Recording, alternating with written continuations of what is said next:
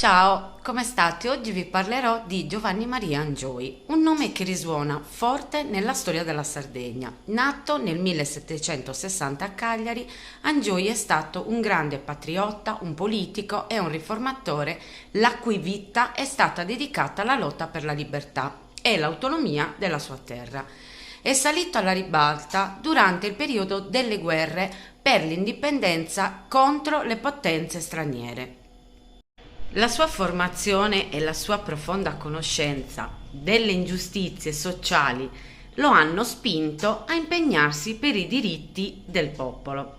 Nel 1794 ha guidato una rivolta contro il dominio spagnolo, questo ispirato dalla sua visione di una Sardegna libera. Questa visione ha ispirato generazioni di sardi e continua ancora oggi. Ma non è stato solo un politico, ma anche un grande sostenitore dell'arte, la cultura e della lingua sarda.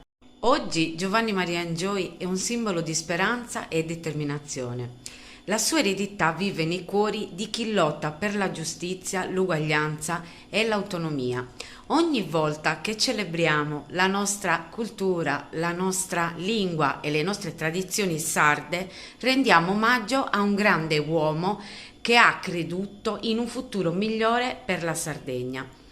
Se vi è piaciuta questa storia e volete scoprire di più su grandi della storia sarda, seguitemi. Se vi va, condividete il messaggio e l'importanza della libertà, perché la vera libertà nasce dalla determinazione di un popolo che non smette mai di credere.